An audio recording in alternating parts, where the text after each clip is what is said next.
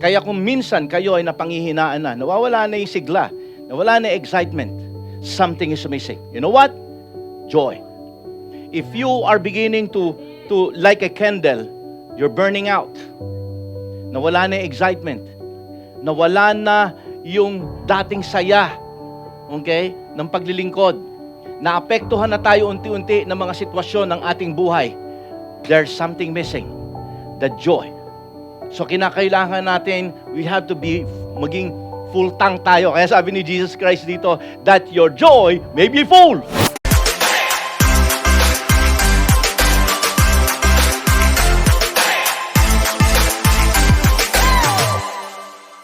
Maganda umaga sa inyong lahat. Maganda ba umaga nyo ngayon? Yeah. We are now in our first Sunday of the month of July. Wow. Bilis ng panahon. Today, sino ngayon yung natuto last week about wisdom? Diba? Kaya tandaan natin, kapag nagdidesisyon tayo, gagawa tayo ng isang bagay, you ask God for wisdom. Because no matter how much you know, without wisdom, you cannot effectively execute that wisdom, that knowledge without the wisdom. It's your ability to execute that knowledge correctly. Kaya importante ang wisdom, ha? Kaya magkasama yan, kambal yan. Knowledge and wisdom. Okay? Kaya, kumbaga, dapat nating maunawaan ngayon ang ating buhay ay hindi lang para maging matalino. Okay? Maraming mga taong matalino, pero hindi marunong isagawa yung kanilang katalinuhan. Di ba? Kaya ngayong araw na ito, dadako naman tayo sa isa pang importanteng topic. At pinamagatan ko ang ating mensahe, a joy-filled life. Okay, living a joy-filled life. Alam po ninyo kasi, gusto ko maintindihan natin, everyone wants to live a happy life. Tama? Actually, buong buhay natin, we spend all our time just to pursue happiness. Sino gusto maging happy? Okay? Nandito tayo sa Japan because we're pursuing happiness. Okay? We're pursuing happiness through our success, through our relationship. We want possession, we want entertainment, everything. We want to be happy in everything. Okay? Financial security. Yet, despite of this pursuit na ginagawa ng tao, kasama na tayo ron, we still feel empty, right? Marami mga tao pag naging sikat na, naging mayaman na, dito sa Japan, maraming mga mayayaman, multimillionaire, mga sikat na tao, mga sikat na mga singers, nagpapakamatay. Bakit? Because they still feel empty. Because if you're just pursuing happiness, happiness is only based upon circumstances. And when the circumstances or your situation in life changes, your feeling of happiness will also change. So gusto ko lang maintindihan natin dito mga kapatid ko, as Christians, God has not called us to be happy. Okay? God has called us to something greater than happiness. Ito yung gusto ko i-introduce sa inyo. Okay? Ang sabi ng salita ng Diyos, Philippians chapter 4, verse 4, rejoice in the Lord always. And again, I say, rejoice. Okay? It's a command. And later on, I will go through that. Okay? Kaya, ang sabi ng salita ng Diyos, tayo po ay napag-utusan na tayo'y maging joyful sa ating buhay na ito. Philippians chapter 4, verse 4. Alam po ba niyo, yung book of Philippians is called, sometimes it's called the book or the epistles of joy. Because kung titingnan po natin, lahat-lahat ng mga verses dyan is only consisting of 104 verses. And yet, more than 15 times, ginamit yung salitang joy and rejoice. Kaya tinawag itong the epistles of joy. Okay? Gusto ko maintindihan natin that the word joy is so important in our Christian life. That without joy, your life will be dull. Pag-uusapan po natin mabuti ito, mga kapatid ko. Jesus Christ at one time, He said in His word, John chapter 15, verse 11, these things I have spoken unto you, that my joy may remain in you, and that your joy may be full. Wow! Tingnan po natin yung sinabi ng Panginoon dito, no? Sabi niya ganon, that your joy may be full. Hindi niya sinabi rito that your joy may be occasional. Maybe, kumbaga, at times you will be joyful. Okay? Ang joy will be full. Ibig sabihin, mga kapatid ko, na ang joy will remain. Wow! Okay? Despite or regardless of circumstances. So, pag-uusapan nating mabuti ito kasi alam po ninyo, joy is a vital part of Christianity. That without joy, you cannot survive the consistent attack of the enemy. As a Christian, particularly for those people who are serving the Lord. Particularly those people who are serving the Lord. Kaya ang nais ng Panginoon sa atin is to have our joy full, to the fullest. Hindi pa pwedeng hihinto tayo, kumbaga sa sasakyan, kinakailangan parati kang full tank ng joy. Naintindihan niyo ba? And I like this verse kasi parang sinasabi rito ng ating Panginoon Jesucristo that gusto niyang magkaroon tayo ng joy na hindi basta lang joy. Ang sabi niya rito, my own joy shall fill you. Tingnan po ninyo, that my joy, there's the word, my joy. The joy of Jesus, the joy of the Lord shall be upon you. Kaya nga po sinabi ng, di ba, sabi ng salita ng Diyos, for the joy, sabi ni Nehemiah, for the joy of the Lord is my strength. Because that joy is directly given to you. Okay? Yung iba, ang interpretation nila rito is, pagka masaya si Lord, kalakasan ko. But the right interpretation of this, for the joy of the Lord, it's the joy of the Lord that will bring strength to your Christian life. Yun. Yun ang tamang konteksto ron. If you are losing strength, you need to receive the joy of the Lord. That's why, sabi niya rito, that my joy will remain in you, that your joy may be full. Okay? Kaya kung minsan kayo ay napanghihinaan na, nawawala na yung sigla, nawala na yung excitement, something is missing. You know what? Joy. If you are beginning to like a candle, you're burning out. Nawala na yung excitement. Nawala na yung dating saya, okay, ng paglilingkod. Naapektuhan na tayo unti-unti ng mga sitwasyon ng ating buhay. There's something missing. The joy. So kinakailangan natin, we have to be, maging full tank tayo. Kaya sabi ni Jesus Christ dito, that your joy may be full. Kasi paano niya sinasabi rito? Kasi ang buhay Kristiyano, kung bakit importante ito, because Christian life should not only be survived, Christian life should not only be parang to endure. Maraming mga Kristiyano parang, hindi pa alam, magpapakahirap, kahit mahirapan ako rito, darating naman ng Diyos, ano na ako, kaya ang parati mong prayer, Lord, dumating ka na, mag-rapture na sana. Kapag ganyan na ang prayer mo, nawawalan ka na rin ng joy. Ang sabi ni Lord Jesus Christ dito, gusto kong ang joy mo should always be full tank.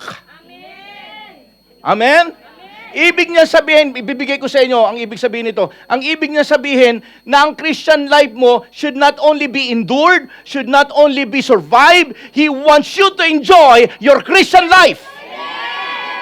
Rejoice, sabi ng salita ng Diyos.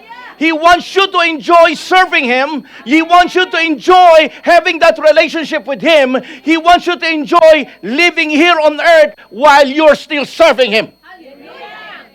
He wants you to enjoy. Sabi mo sa katabi mo, enjoy. Yan. Baka yung katabi mo hindi na nag-e-enjoy. Okay? Ayaw niya na nagsusurvive ka lang araw-araw. Ayaw niya na parating nagpe-pray ka. Sana Lord ngayon dumating ka na. Okay, sana mag-rapture na. Sana, hindi ganon. Don't live your Christian life surviving. Enjoy your Christian life. See? Kaya ang Biblia, parati niya tayong kinocommand na magkaroon ng joy sa buhay na ito. He wants us, Jesus Christ, by saying this, He wants us to live a deep, abiding joy in this life. No matter what the circumstances you may be into. Because joy cannot be stolen by Satan. Your happiness can be stolen by Satan by changing your situation. Masaya ka ngayon, biglang may tumawag sa Pilipinas, kailangan daw ng pera ni tatay. Patay ka na, sira na araw mo. Tama! Ang sabi mo na naman, kapapadala ko lang ng 1 linggo ah. Ubus na naman. Patay ka na. You see? Kayang-kaya kang... So, having said that, Okay? Tingnan natin ngayon. Ano ba yung sinasabing joy na ito? Because biblical joy is important to understand, particularly tayong mga anak ng Diyos. Pag-uusapan natin what is this biblical joy at bakit kinakailangan ang joy sa buhay ng isang Kristiyano, how does what joy can produce in us, and how can we maintain that joy? Yan ang pag-uusapan natin ngayong araw na ito. Handa na kayo? So first, what is biblical joy? Para makita natin dito. Alam po ninyo, in order for you to live a joy-filled life, okay, we need to understand the biblical joy. But first, I want you to understand that joy and happiness, let me reiterate this again, that joy and happiness are two different things. Just as knowledge and wisdom are two different things, yung joy and happiness are also two different things. Okay? Kagaya na sabi ko sa inyo kanina, ang happiness ay nakasalalay sa kondisyon. It is happiness is largely determined by what is happening around us. Kaya yung word na happiness at saka happening have only the same root word. Nakita nyo? Kaya doon kinuha yung happiness, the word doon sa sitwasyon, doon sa happiness, sa happening. So, halimbawa, if everything that's happening in your surrounding is festive, masaya, ano nararamdaman mo ngayon? Happiness din. So, isang pinanggalingan na root word niyan. Okay? Happiness. It depends upon happenings. Yan. Ano niyo naman, para tumatalino tayo ngayon. Yung pala yun. Okay? Lalo na sa mga nagtuturo, tandaan niyo yan. Okay? So, ibig sabihin dito, when life is going well, you're happy. But when suddenly your situation change, okay, depending on the happenings going on around us, okay, it can either be happiness or anger. Depende. Okay? So, what is about joy? What is joy? Joy is something na meron kang tinatawag na settled confidence. Ibig sabihin ng settled confidence, kahit na anong mangyari sa labas, naka-settle dyan. Ibig sabihin, nakapanatag yan. Yan yung kapanatagan ng iyong pagtitiwala sa Diyos. Na alam mo sa isip mo at sa iyong puso that my God is in control, my God is good, and His purpose, whatever things is happening in my life surrounding me right here, right now, I know that God will remain good regardless of my situation. Yes. Okay? Yun yung joy. Kaya nga madalas naririnig niyo sa akin, joy is something na hindi pwedeng basta maagaw ng kaaway. Okay? And balikan natin yung sinabi ng ating Panginoong Hesukristo, "These things I have spoken to you, that my joy may remain in you." Okay? Notice this remarkable promise of our Lord Jesus Christ, that He wants you to have joy. Kagaya nga na sabi ko kanina, sabi niya rito, not your joy, because this joy will not be manufactured or produced by any human being. Hindi mo pwedeng i-produce to sa sarili mong gusto ko magkaroon ng joy. No. Kaya sabi ni Lord, my joy, the joy that only comes from Him. It cannot be reproduced or produced or manufactured by man. It's a supernatural smile. Nakita niyo? Because men can easily paint a smile on their face. Madali tayo maglagay ng ngiti. Okay? Para tayong yung sa, alam niyo yung sa showbiz, yung isa nakangiti, isa nakaganon.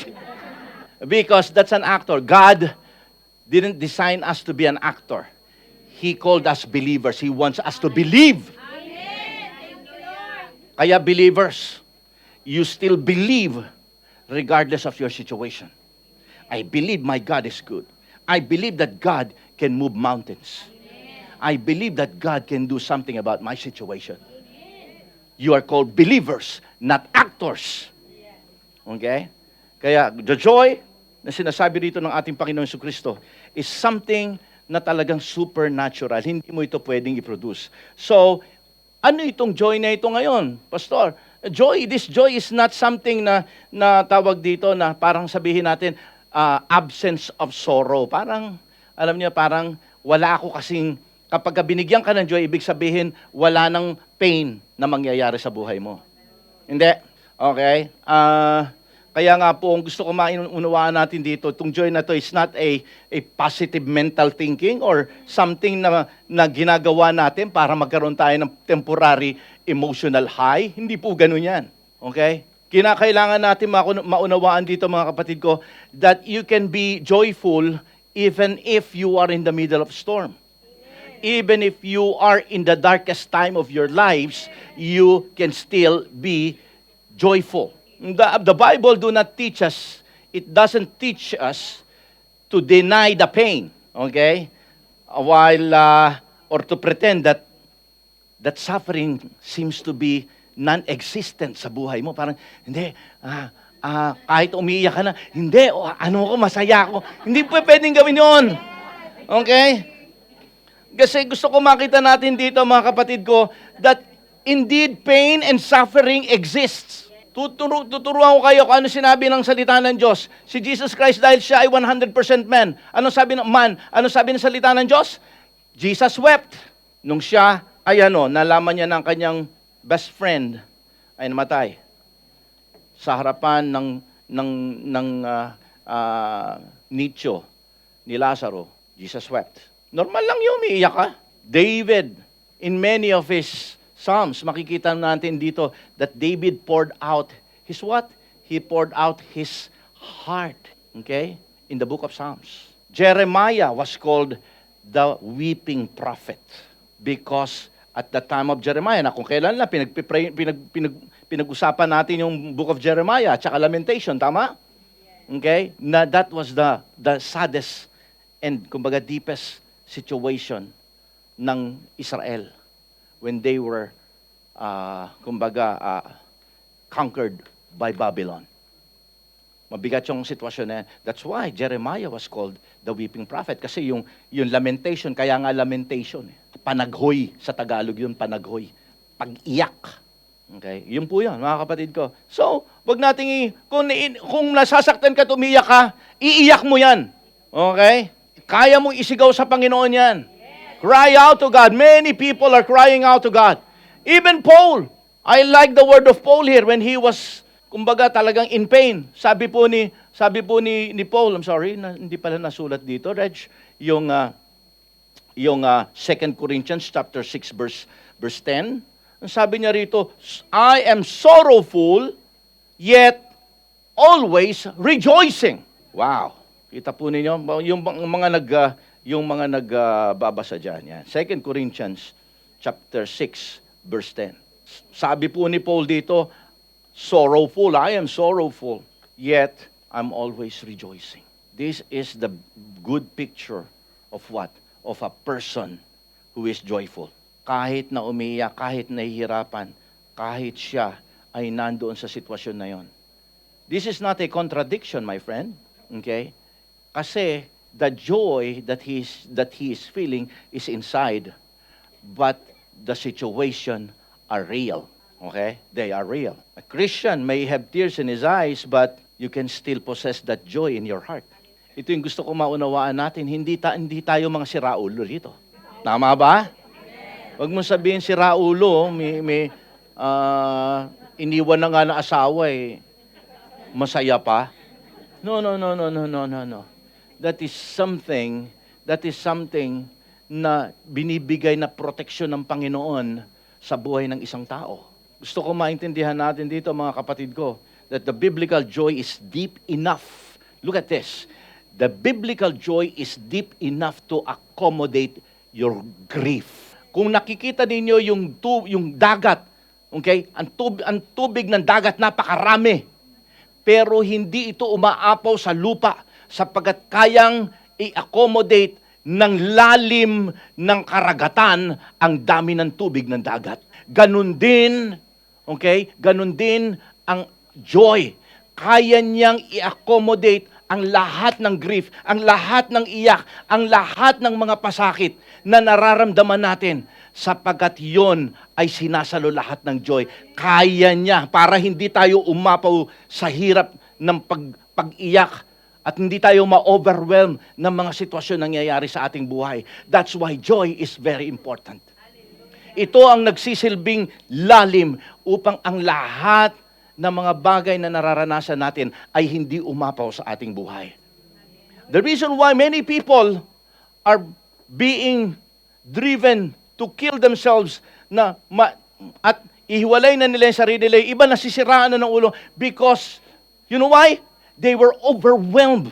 Napupuno ng lahat ng mga negative situation and negative thoughts sa kanilang buhay. They do not have joy. No matter what, ang hanap sila ng mga pansamantalang relief. Mag-iinom. Akala nila doon nila makakalimutan lahat yung sitwasyon nila. Gagawa ng mga bagay, gagamit ng mga samandroga just to feel high emotionally. But those are what? Temporary.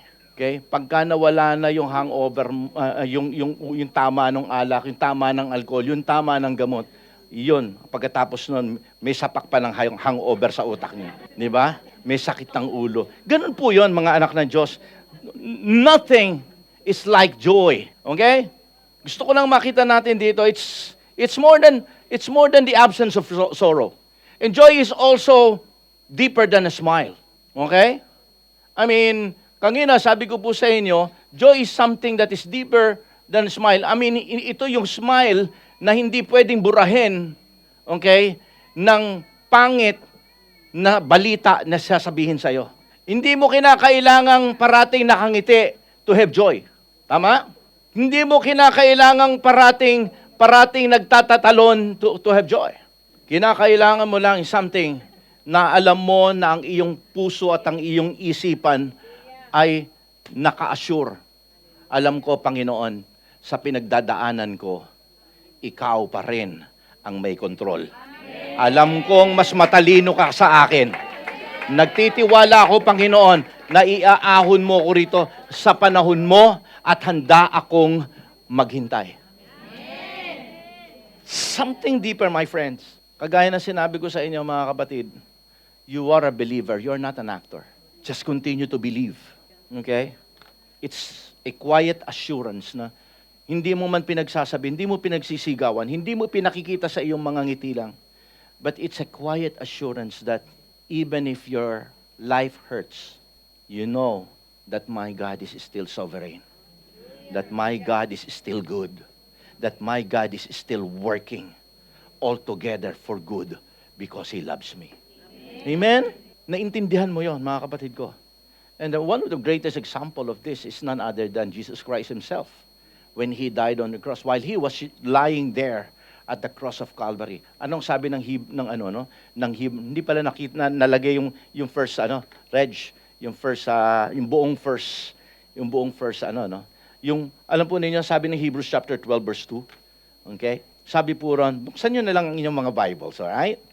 Hebrews 12 verse 2. Sabi po ron, for the joy that was set before Him endured the cross, despising the shame, and sat down at the right hand of the throne of God. Jesus Christ was, while nandoon sa krus, while He was nailed on the cross, okay? Anong nangyari? Ano nararamdaman niya? Sabi ng salita ng Diyos, for the joy set before Him, He was experiencing joy. Woo! Can you imagine that? I'm telling you this. Imagine the situation of our Lord Jesus Christ at that very time. Bear with me. Anong nangyari sa Kanya nung nandoon na siya? Una sa lahat, bago siya ilagay doon at ipako doon sa krus, He was betrayed by His best friends. Okay? Second, He was falsely accused. Third, He was mocked. He was beaten. And then, He was nailed on the cross. There is no other reason why He should be joyful. Tama? Walang dahilan para maging joyful siya. Now, it doesn't mean na joyful ka, nakangiti. Alam natin na dahil sa grief, dahil sa hirap na kanyang dinaranas, okay, talagang hindi siya makakangiti doon. Walang ganon. Because joy is not a smile on your face. It's a smile in your heart. You see? That's the reason why it's much deeper. It gives you assurance. Okay? Tingnan natin si Jesus Christ dito. Having said Thank you very much, Reg. Tingnan po ninyo Hebrews 12:2. Sabi rito, who for the joy was set before him. Okay? Natingnan po ninyo rito, he endured the cross. Bakit may joy? Bakit? I will give you reasons why may joy siya. First, he knows that he is fulfilling the will of the Father. Yung kanilang plano, he's now beginning to fulfill it. Okay? Second, he knows that because of his death on the cross, people will now have a chance to be forgiven again because of the blood. Many souls will now be able to return back to his kingdom. Third, Jesus Christ knows that people will not only be saved, they will be redeemed, they will be healed, and many lives will be restored. That's why, anong sabi ng salita ng Diyos dito? Because of the joy that was set before him. He enjoyed. Yung joy, mga kapatid ko, was already set before everything happens. Why? Because he was already looking doon sa magiging resulta ng kanyang kamatayan doon sa krus. Kaya masaya na siya. Alam po ninyo mga kapatid ko, ito yung ibig ko ngayong maintindihan natin. Kung si Jesus Christ was looking beyond his suffering, that is the same thing that should be, happening sa mga Kristiyano ngayon. Bakit tayo nagsasuffer? Bakit nangyayari ang mga sitwasyong ito? You should be looking forward. Kagaya ni Jesus Christ, hindi niya inalintana yung hirap at pasakit na kanyang nararanasan doon sa krus, sapagkat ang nakikita niya yung magiging resulta nito. Ganun din dapat tayo. Kung tayo ay umiyak na hirapan ngayon, ang tingnan natin yung magiging resulta nito. Sa paglilingkod mo sa Panginoon, there will be so many disappointment. Some people na binigay mo ang buhay mo sa kanila, sometimes they will disappoint you. There will be situation minsan na hindi natin inaasahan na biglang mangyayaring pangit samantalang ang ganda-ganda na ng pinlano natin. There's a lot of different kinds of disappointments. Kahit na naglilingkod tayo sa Panginoon, iiyak at iiyak ka. Pero ang dapat nating maunawaan, yung ginagawa natin will eventually have an impact sa mga tao na pinaglilingkuran natin. Ang importante rito ay na-fulfill natin yung kalooban ng ating Panginoong Hesus sa ating buhay. Naintindihan po ninyo? Si Jesus Christ, kaya po siya may joy sa kanyang, kahit na siya'y nasasaktan at siya'y mamamatay na doon sa krus ng Kalbaryo, because what he was thinking about, he was looking ahead of the mission accomplished sa kanilang plano ng ating Diyos Ama sa buhay natin. Nakikita niya na tayo na isang araw ay lalapit, magsisisi ng kasalanan, at tayo'y magiging bahagi ng kanyang pamilya at ng kanyang kaharian. Nakikita na ng Panginoon yun. It was the joy that was set before him. Meaning, Jesus was looking ahead of the situation. You have to look ahead of your situation now. Okay? There will be an bukod doon, there will be an eternal victory sa buhay ng bawat isa sa atin. Amen? There will be an eternal victory. Okay? Maaring hindi dito.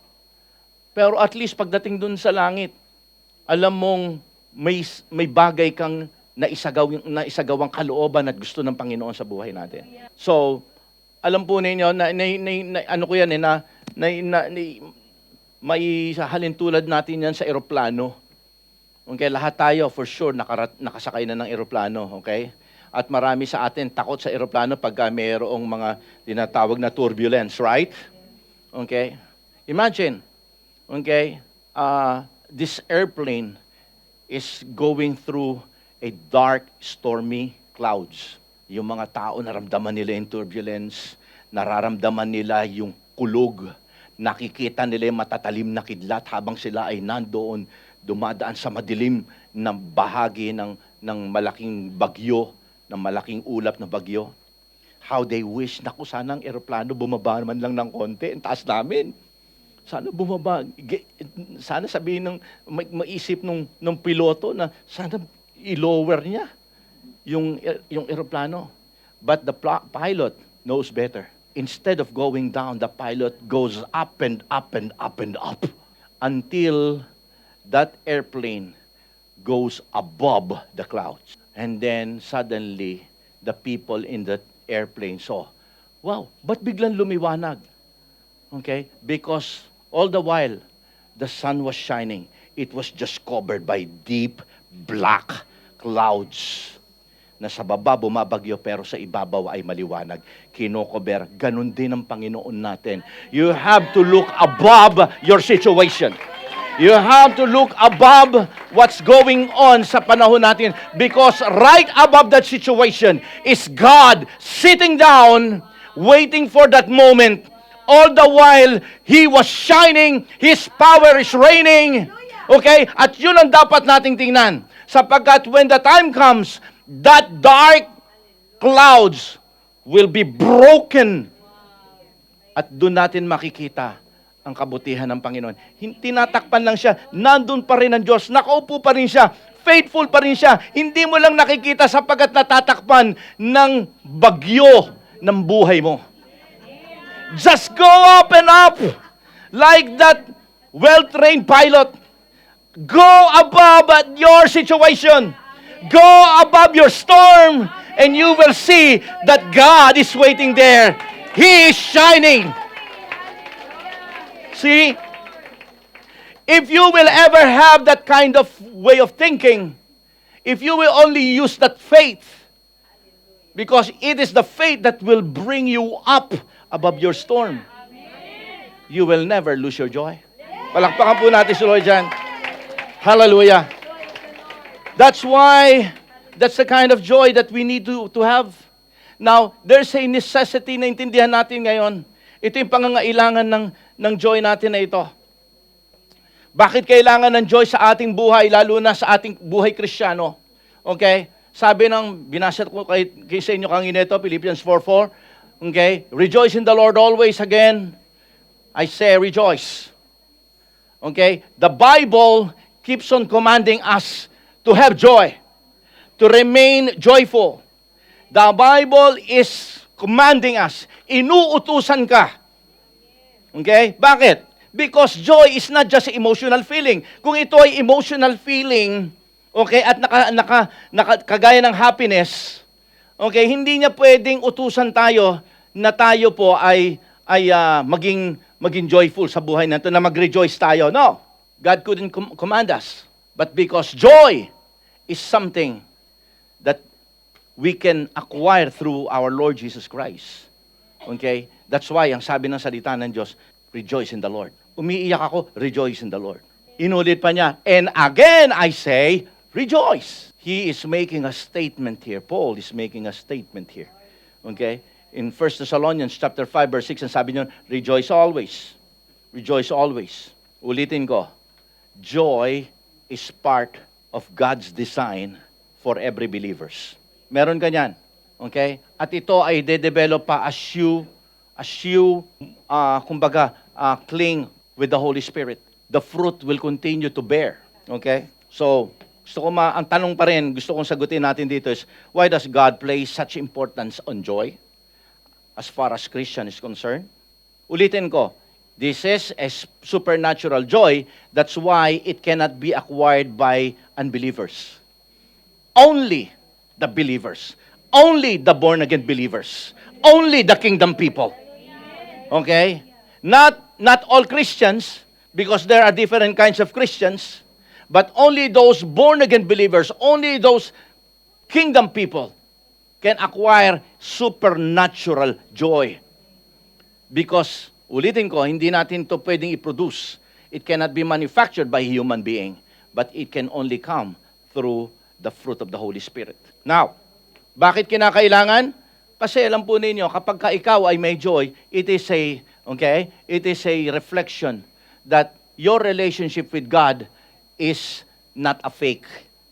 It's the reality of our relationship with God.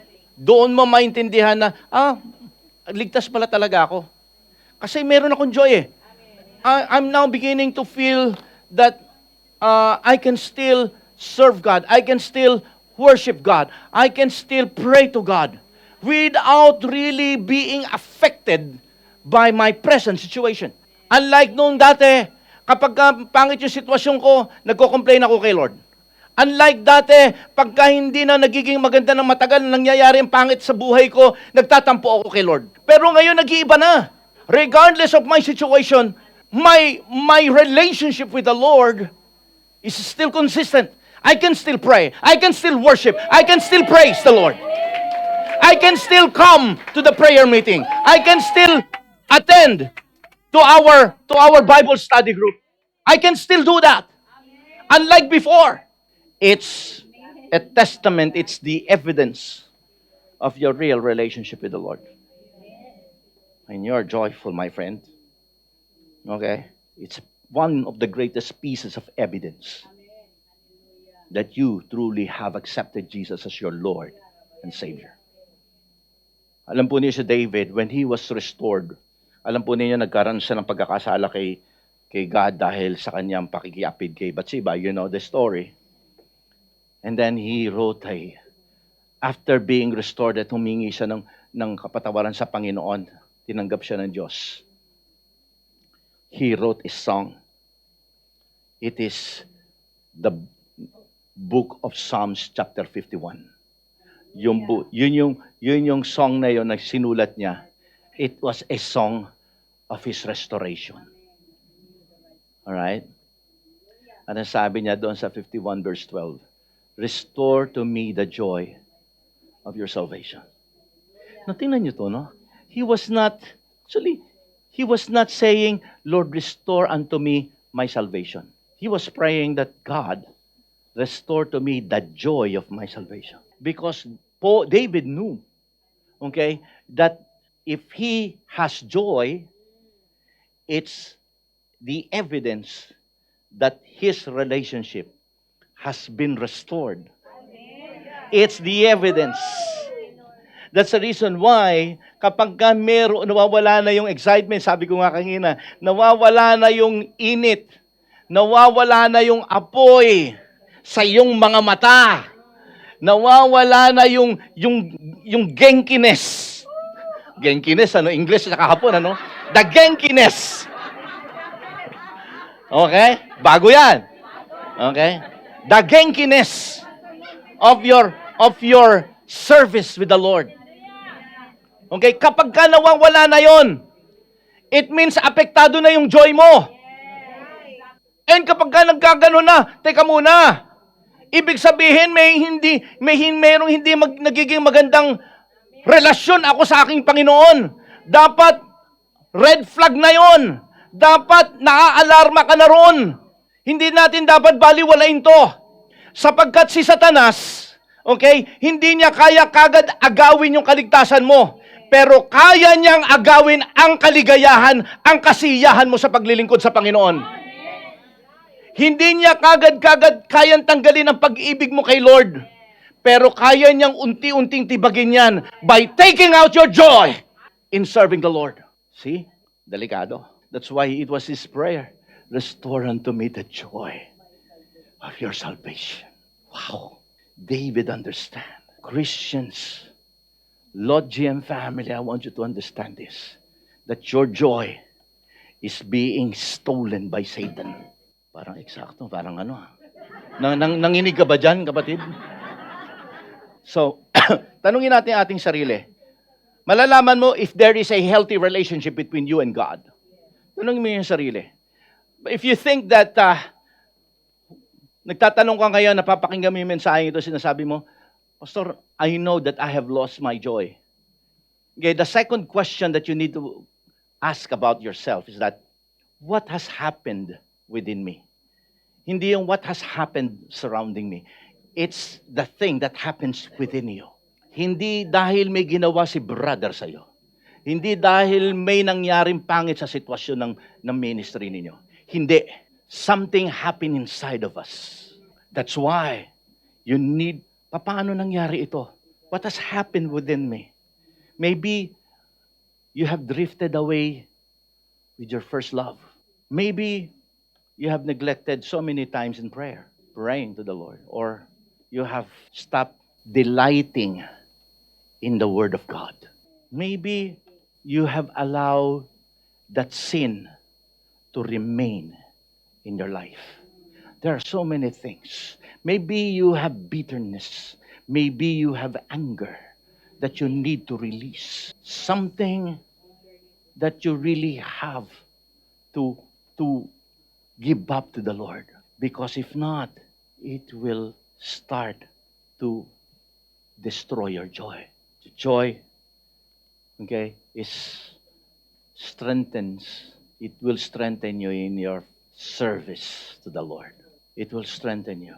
Tandaan natin mga kapatid, ang paglilingkod sa Panginoon, it's not easy. Because the Bible keeps on reminding us and warning us that pagka ikaw ay naging parte na ng kaharian ng Diyos, hindi ibig sabihin nun, naligtas ka na sa mga ng kaaway. No. Trials, opposition, okay, and persecution will come to your life. But don't be afraid, okay?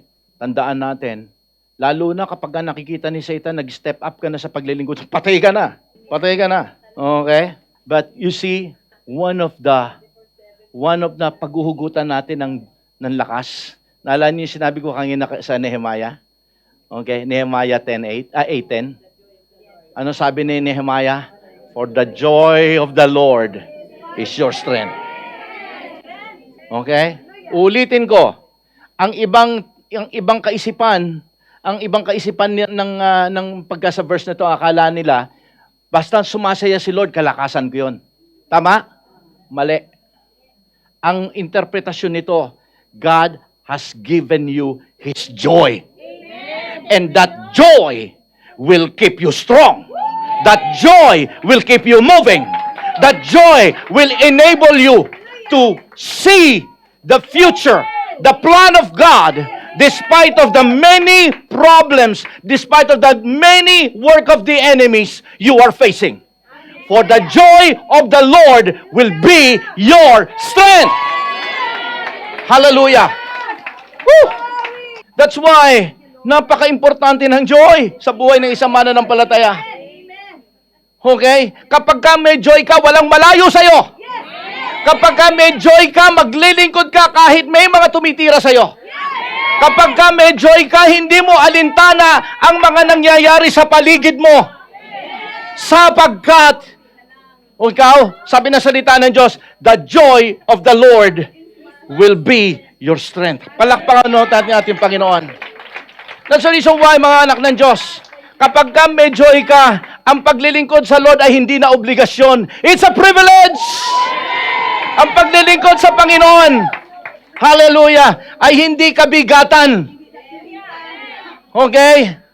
Ang paglilingkod sa Panginoon is an opportunity to show my love and gratitude to my God. That's joy, my friend. Listen to me. A joyless Christian is a powerless Christian. See? Because the joy of the Lord is our strength. If you do not have joy, then we are powerless. Gets? Palakpakan po natin si Lord. Hallelujah. And pagka may joy ka, ang hindi nyo alam, may mga nakatingin sa'yo. Alam nila na ikaw ay dumadaan sa problema. Amen? May mga tao, lalo na kung ikaw ay leader, ikaw sabihin natin, nagtuturo ng small group, or meron kang mga kasama sa paligid ng iyong mga Christian community, alam nila you're going through this difficulty of your life. And yet, they see you consistently praising, serving God. These people are watching you, and you will become a source of strength for them as well. Nakita nila na na ikaw ay nagkasakit, pero despite ng mga inabilities natin, nandun pa rin hindi nawala ang joy mo sa paglilingkod sa Kanya. You are a blessing for them. That's why when you have joy, it becomes a powerful witness to the world. Because people sees you. At sila'y magiging kalakasan mo rin. Magiging kalakasan sa'yo. Remember Paul and Silas? nung alam niyo yung istorya na sila ay ginulpi, tapos silang dalawa ay kinadena, nakakulong na sila, nakakadena na ang kanilang dalawang kamay, nakakadena pa yung kanilang dalawang paa, bugbog sarado pa sila ng mga magayong mga mukha nila. They were beaten up. Instead of crying out to God, complaining out to God, they start to sing worship for the Lord. And that time, okay, sa kadilimang yon, katahimikan na yon, yung kanilang pag-awit sa Panginoon, all those people na nandoon, mga nakakulong, mga nakabilanggo, were hearing not the worship song. God was able to use those worship song to evangelize, not only for those prisoners, but for the jailer who was there. Kaya lang nangyari, even the jailer and the whole family of the jailer got saved. Why? Kung ang narinig siguro ng jailer na to ay puro mga salitang negatibo, puro pagsisisi. Bakit ba kasi tayo naglingkod-lingkod ng ganito? Bakit paano pumasok sa isip natin na nag-share ng gospel? Sa palagay ninyo, mainganyo nila yung jailer na yon. But because the jailer was amazed, walang dahilan para umawit, walang dahilan para magpuri ito sa Diyos nila, sapagkat ginulpi na sila, kinasuhan na sila, kinulong na sila, kinadena na sila, and yet here they are, singing and praising their God. There is something, hindi nakadena man o nabilanggo man ang kanilang mga katawan, pero hindi ang kanilang kagalakan. Woo! Glory to God. That's why, mga kapatid ko, Acts chapter 5 verse 14, alam po ninyo yung mga apostol ng Panginoon, okay, when they were si Peter, si John, they were also, alam po ninyo, sila po ay nakulong at sila'y kinasuhan. But later on, sabi ni Gamaliel, wag, kung sila'y sa Panginoon, patay tayo, kalaban natin ng Panginoon. Kung hindi sila sa Panginoon, mawawala rin yan. So pinakawalan sila, binalaan sila, wag na kayo magsishare ng gospel, sabi ng mga nandun sa Sanhedrin. But they went out, and sabi ng chapter 5, verse 41, rejoicing that they were counted worthy to suffer dishonor for the name. They were still rejoicing, despite of the fact that they were imprisoned, sabihin natin, they were caught. See? Hindi nawala ang joy ng bawat isa sa kanila. Ulitin ko, umiiyak ka man ngayon, okay? Kung may joy ka, hindi nito mababawasan ang init ng paglilingkod mo sa Kanya. So what does the joy-filled life produce? First, it produces contentment. It produces contentment. Okay? It produces, okay, contentment regardless of circumstances. Ang mundo sinasabi, okay, magiging kontento ka lang sa buhay siguro if you have a good job, if you have a good business, if you earn more money, magiging kontento ka. No. Ulitin ko, again, you're basing your situation according to situation. Tama? Yeah. Pagka ganun, mali ka. Always ask God for that supernatural joy.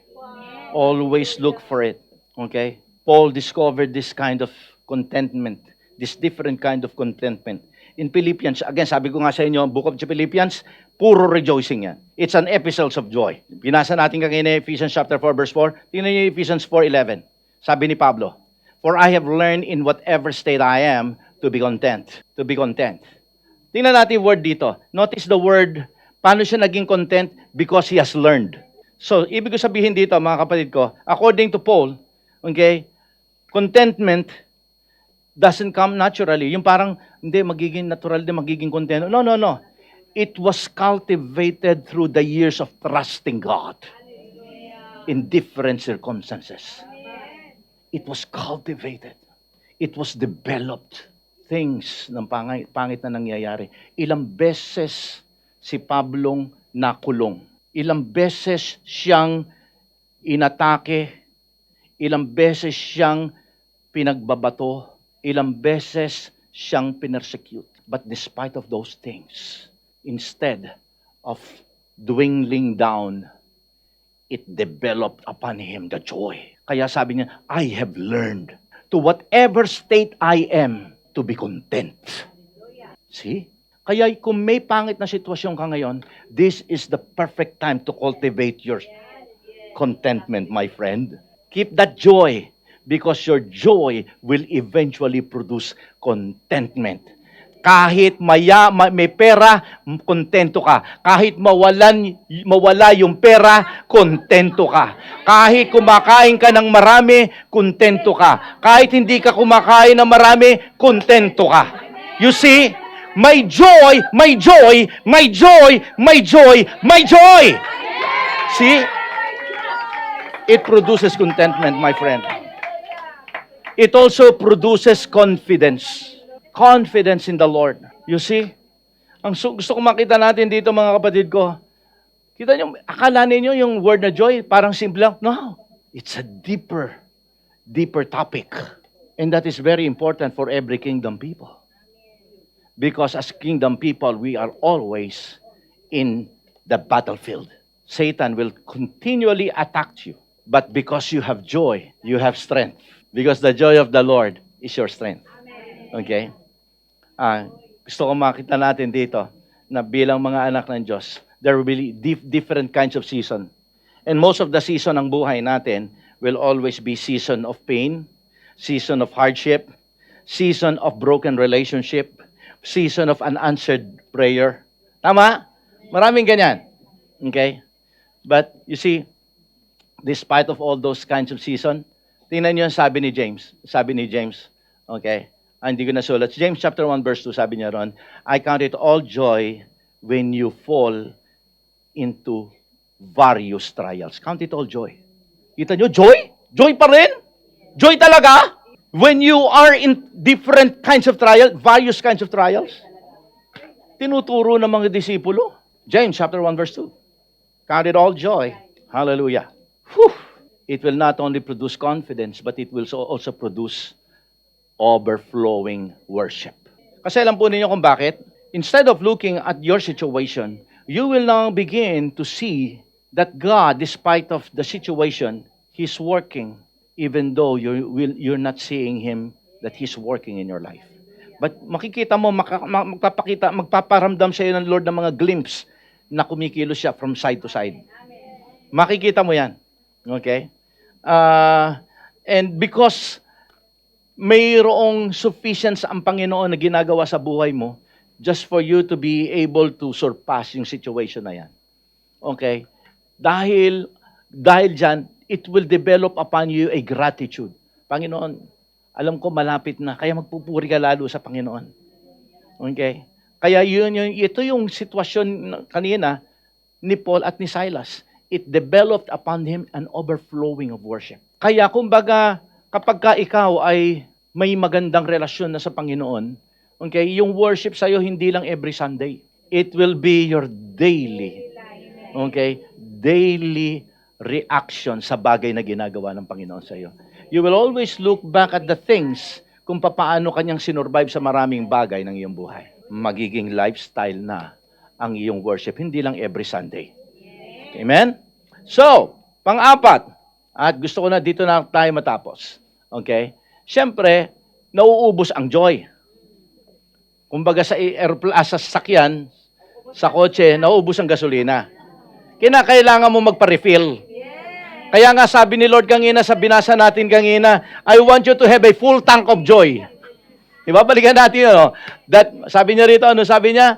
That my joy may remain in you, and that joy may be full.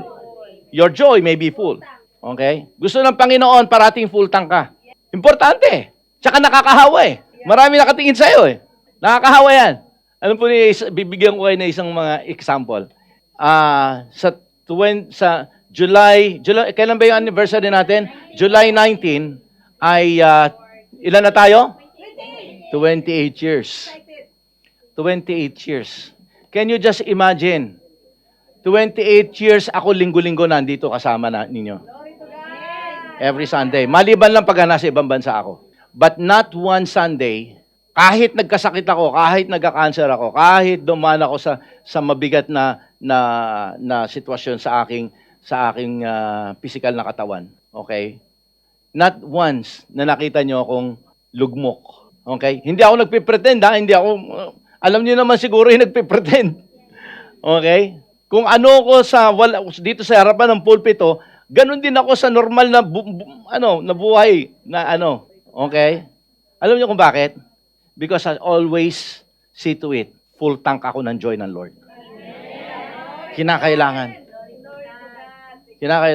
Alam po ninyo, siguro iba rito, have you ever experienced traveling from this place going to Central? Okay, if you will take my route is 3.5 hours. Kasi hindi ako dumadaan sa highway. Dahil Ukani Kakaro yung highway. In 28 years, okay, siguro bilang mo sa daliri, yung nag-highway ako kasi na-late lang ako, kinakailangan ko mag-highway. Napipilitan ako. But never did I took highways dahil may bayad yun. So, I just took the normal road, 3.5 hours, papunta rito, another 3.5 hours, pabalik doon. Okay? But it never lost my joy. I was still joyful. The first time na pumunta ako ng Gunma, the very first time na pumunta ako ng Gunma, I was so filled with joy, and the same joy still remains. Hanggang ngayon, nakatayo ako sa inyo. See? Totoo po yan, mga kapatid ko. Alam po ninyo, yung pinipreach ko sa inyo, ito yung bagay na natutunan ko na ibinibigay ko din naman sa inyo. Pagod ka, pero pag nakita ko na kayo, balik na uli yung joy ko. Opo, totoo po yan, mga kapatid ko. Okay? Pinapadama sa akin ng Panginoon yung joy na yon. Okay? Now, how can we maintain full tank of joy? That's the question. Okay? How can we maintain living a joy-filled life? Okay? First, ano kayo? Ibilisan ko lang to dahil patapos na ako. First, abide daily in Christ. Abide daily in Christ. Di ba binasa natin yung sinabi ni Jesus Christ nasa John chapter 15 verse 11? Kung titingnan natin yung konteksto, bakit sinabi ni Lord na that my joy may be full in you? Kung titingnan natin yung buong context na yun, Jesus Christ was speaking about the vine and the branches. He was talking about you keep abiding. Kaya tingnan niyo yung verse 4 and 5. Tingnan po ninyo, abide in me and I in you, for without me, you can do nothing. That's the reason why yung verse 11 sabi niya nun, so that my joy will remain. Kasi if you will remain in Him, ibig sabihin abiding in Him, that's the leeway, that's the pathway, that's the channel that God will be able, Jesus Christ may be able to flow the joy, okay, to your life. Okay? Importante mga kapatid ko yung abiding. Okay? Importante na maunawaan ninyo. Ibig sabihin when the joy stops in your life, something happens between you and your connection with God. Kaya nga sinabi ko sa inyo kanina, di ba? One of the best pieces of evidence na maganda ang relasyon mo sa Panginoon kapag patuloy yung flowing ng joy. It has to be maintained. If you stop abiding in Christ, abiding from the vine, which is Jesus Christ, your joy will be affected. Amen? So abide daily in Christ. Spend time in prayer. Always prayer, because that's an important factor of relationship. Kapag ka ikaw at ang asawa mo huminto ng mag-usap, tama? Alam na this. Same with our relationship with the Lord. Keep on communicating. Keep on talking with God. Prayer is the key. Commune with Him. Okay? Spend time with this Word. Spend time meditating His Word. Okay? Walk in obedience. Even if it's difficult, walk in obedience. That's the way to abide in the Lord. Obey what you hear. Second, remember the greatness of His salvation. Parati, kasi kapag ka ikaw, parati mong iniisip yung kaligtasan na binigay sa'yo. remember always na yung kaligtasan na yan, hindi mo deserve. At remember, yung kaligtasan na yan, ay hindi ikaw ang naging dahilan para maligtas ka. We don't deserve it, we don't produce it. It was God who gave it to you. It's free of charge, okay? And now we're safe. And when now we are, kumbaga, assured that whatever happens in my life, in this world, kasapunta ako ng langit. Ngayon, hindi pa natin ito masyadong feel. Pero kapag ka namatay ka, doon may maintindihan. Salamat pala, Panginoon. Doon mo mafe-feel yung ginhawa at ganda ng kaligtasan. Kaya ngayon pa lamang, kinakailangan mo pang ma-realize, Lord, salamat po. Marami dito sa paligid ko. Hindi nila alam kung ano mangyayari sa buhay nila pagka namatay sila. But Lord, parati akong joyful. Parati akong thankful. Kasi Panginoon, binigay mo sa akin ang dakilang handog na kaligtasan. So, not only to abide in Christ, but always remember the greatness of His salvation to your life. Amen? Number 3, trust God's faithfulness. Always, every season, you have to develop. Kagaya ng sabi ko sa inyo kanina kay Paul. He learned, okay? Develop that settled condition of your heart. Parati mong isipin, sige, umiiyak tayo ngayon, huwag kang mag-alala. Pinagtatanggol ka ni Lord. Huwag kang mag-alala. Nandyan si Lord. Aware si Lord dyan. Huwag kang mag-alala. Okay? He will fight for you. Huwag kang mag-alala. Okay? Ang Diyos ay may nakahandang sagot sa dinadaanan mo ngayon. Huwag kang mag-alala, sarili. Huwag kang mag-alala. That's the reason why David was able to say, "Bless the Lord, O my soul, and all that is within me." Huwag kang mag-alala. All you care about is to bless the Lord. My soul. Okay? Everything that is within me, you bless His holy name.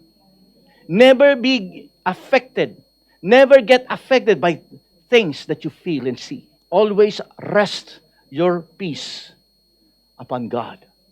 If that is the way you develop in your life, you will maintain that joy in serving the Lord. Tayo pong lahat ay tumayo. Hallelujah. Ang gusto ng Panginoong Jesucristo bilang kanyang mga tagasunod is for you to overflow with joy. Salamat po, Panginoon. Your life will be filled with joy even in the midst of your extreme situation.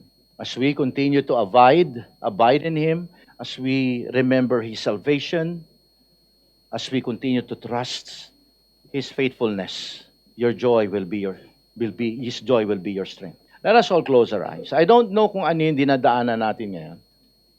But let me tell you something.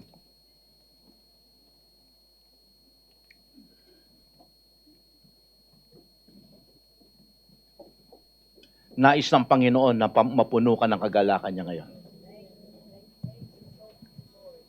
Do you need joy today? Do you need God to restore your strength? Then you need joy. Hallelujah. Everyone who needs joy, lift your hands up. Naintindihan ninyo that joy is a supernatural joy. And it is available for you because you are His daughter. You are His sons. Salamat, Panginoon. We will rise above the storm. We will keep on climbing and climbing and flying up, my Lord.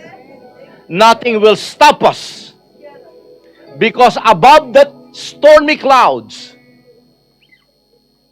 is God who is shining over that situation.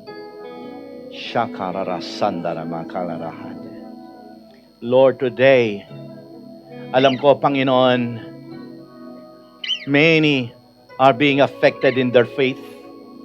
Many are being affected in their situation. Some may be complaining already. Some have lost the fire. Some has been affected Some are crying. But God, I know that this message is for them. Sa mga nakataas ang kamay, Panginoon, they are saying, God, here I am, I need your joy. Lord, restore upon me, O God, the joy of my salvation. Oh, Shakayara Sandara Bahandi. Oh, Jesus, you are so worthy to be praised. Oh, hallelujah. Hallelujah. Lord, mas ibalik mo ang init ng aming paglilingkod, ang init ng aming pagpupuri. Ayaw namin maging obligasyon na lamang ang aming ginagawa. Ayaw namin maging ritual na lamang ang aming ginagawa. Ang aming paglilingkod, Panginoon, haluan mo muli, O Diyos, ng kagalakan, ng apoy. Hallelujah! Hallelujah! Muli mong ibalik ang kagalakan sa aming ginagawa. Because our aim is to please you.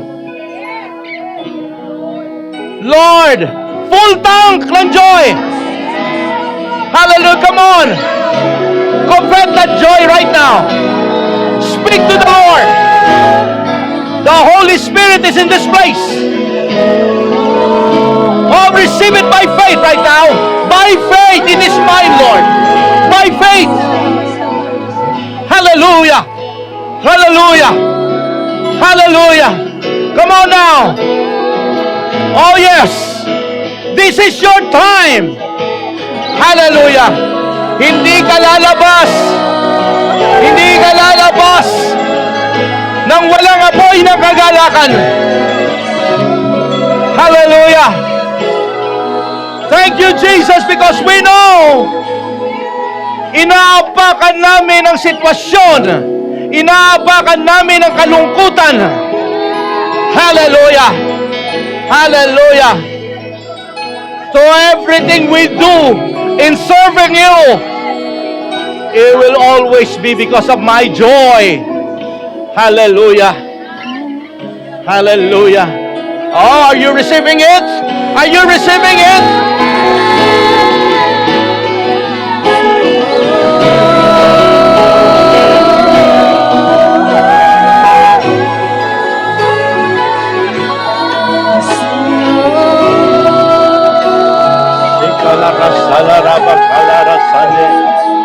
Hallelujah.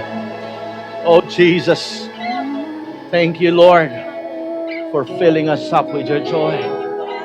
Thank you, Lord. You have done so many great things today. Hallelujah.